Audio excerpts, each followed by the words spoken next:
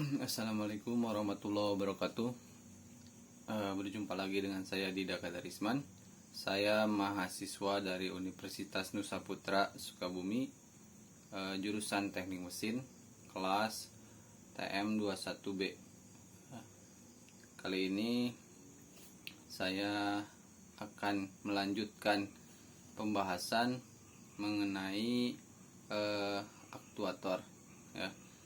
Seperti yang telah kita bahas di pertemuan kita sebelumnya, yaitu tentang aktuator. Kemarin aktuator itu dibagi ke dalam beberapa jenis, ya. Ada aktuator elektrik, ada aktuator mekanik, aktuator pneumatik, dan ada juga aktuator hidrolik. Nah, aktuator elektrik ini kita sudah contohkan di pertemuan sebelumnya. Contohnya itu seperti motor DC, motor servo, solenoid, dan ada lagi motor AC. Nah, selain daripada contoh-contoh yang telah disebutkan tadi, ada juga, ya, contoh lain dari aktuator elektrik ini, yaitu yang disebut dengan relay, ya. Relay di sini merupakan suatu perangkat, ya, suatu perangkat elektronik atau peralatan elektro yang biasanya digunakan untuk menyambungkan atau memutuskan arus listrik dengan cara memberikan arus kepada lilitan atau disebut dengan coil, ya. Selain daripada itu, relay juga biasanya lebih sering digunakan dalam industri-industri, ya, baik itu untuk menjalankan sistem mekanis dari mesin-mesin yang ada di industri, maupun peralatan yang berhubungan dengan silinder-silinder pneumatik maupun hidrolik, ya. Nah, bagian-bagian dari relay ini terdiri dari spring, ya, atau pegas, lalu ada yang disebut dengan armatur atau batang besi penggeraknya, ya. Lalu ada juga yang disebut dengan coil atau lilitannya. Lalu setelah coil ada yang disebut dengan shading coil atau besi inti yang berada di tengah-tengah lilitan coil. Itu fungsinya shading ini untuk menghasilkan medan magnet, ya.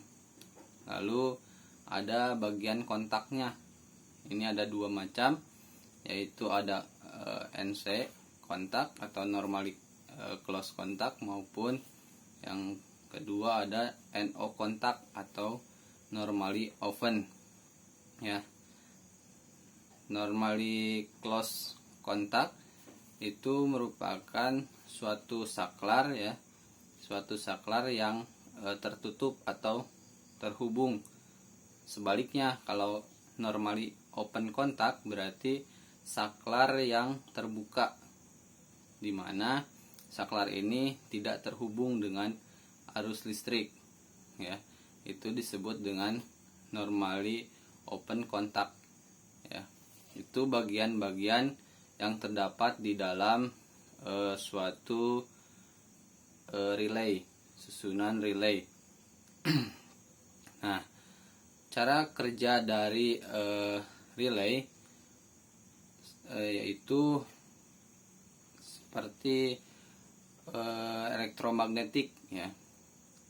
Elektromagnetik ini yaitu cara kerjanya mengalirkan arus listrik ke lilitan coil, sehingga nanti lilitan coil ini akan menghasilkan suatu medan magnet, di mana medan magnet ini nantinya akan menggerakkan armatur yang tadinya dalam kondisi normally open atau tidak terhubung arus menjadi normally close atau terhubung dengan arus yang nantinya akan menghidupkan suatu sistem, ya, baik itu seperti contohnya lampu misalkan maupun perangkat-perangkat mesin lain, ya. Nah, ada beberapa jenis relay, ya. Ada 4 jenis. Yang pertama itu disebut dengan SPST, ya, atau singkatan dari single pole single throw.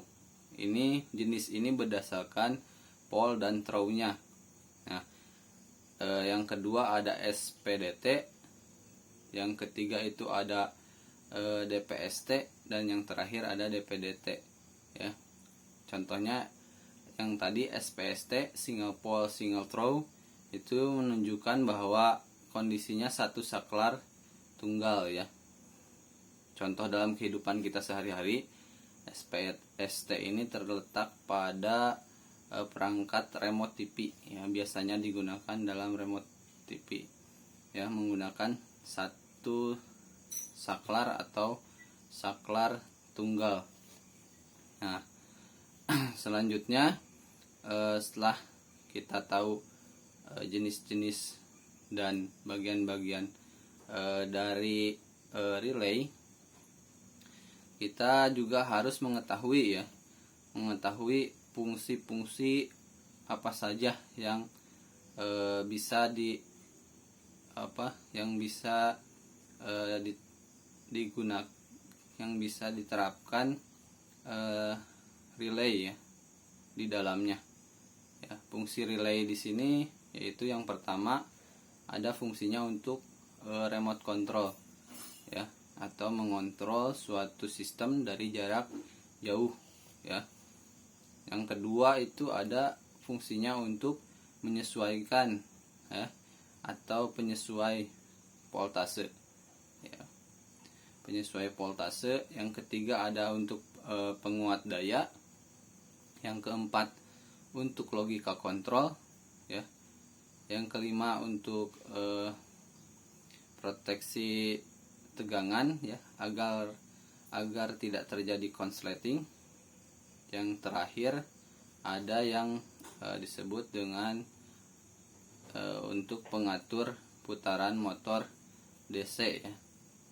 Pengatur putaran motor DC di sini berarti si relay ini, ya, digunakan untuk mengatur arah putarannya, baik itu mau di searah putaran maupun di balik putarannya. Itu bisa menggunakan relay, ya. Itu fungsi-fungsi dari relay, ya. Yang selanjutnya yang akan saya coba bahas di sini yaitu tentang aktuator hidrolik, ya, atau hidrolik aktuator, ya. Seperti yang telah saya jelaskan pada pertemuan sebelumnya, bahwasanya aktuator hidrolik di sini yaitu sebuah komponen sistem, ya, sebuah komponen sistem hidrolik yang digunakan untuk merubah atau merubah dari energi fluida menjadi energi mekanik, ya. Biasanya aktuator hidrolik ini digunakan untuk menggerakkan benda maupun untuk mengangkat beban-beban yang berat, ya. Contoh penggunaan aktuator hidrolik ini untuk sehari-hari banyak, ya, digunakan dalam contohnya steam kendaraan, ya, steam atau pencucian kendaraan, baik itu lebih ke roda 4, ya, atau mobil. Banyak itu menggunakan aktuator hidrolik ini, ya. Fungsinya yaitu untuk mengangkat beban yang berat, ya. Selanjutnya aktuator hidrolik ini biasanya mengubah energi fluida menjadi energi mekanik, baik itu gerakannya secara linier maupun gerakan putar ya, bisa dilakukan oleh aktuator hidrolik ini ya. Lalu selanjutnya bagian-bagian utama dari aktuator hidrolik ini di dalamnya adalah yang pertama pasti ada yang disebut dengan silinder hidrolik ya. Yang kedua itu ada yang disebut dengan katup ya, katup atau palep pengontrol untuk aliran fluidanya. Yang ketiga ada tangki fluida ya, atau tangki hidroliknya. Yang keempat itu pasti ada filter ya. Yang kelima itu pasti ada pompa ya, yang fungsinya untuk memompakan cairan atau fluida dari tangki menuju ke silinder hidrolik. Nah, untuk cara kerjanya sendiri dapat dijelaskan, yaitu dengan cara cairan atau fluida yang terdapat dalam tangki fluida tadi atau yang terdapat dalam tangki hidrolik itu nanti akan melewati sistem filter ya, melewati filter dulu untuk menyaring kotoran-kotoran yang terdapat dalam cairannya supaya tidak terbawa ke silinder. Nah, dari filter itu nanti akan didorong oleh sistem pompa. Nah, sistem pompa ini mendorong cairan fluida masuk ke melewati katup pengontrol atau palep yang nantinya selanjutnya akan dialirkan ke silinder hidrolik. Nah, pengatur cairan atau pengatur silinder hidrolik ini terdapat dalam katup ya. Nanti katup ini akan menggerakkan silinder hidroliknya baik itu untuk maju maupun mundur.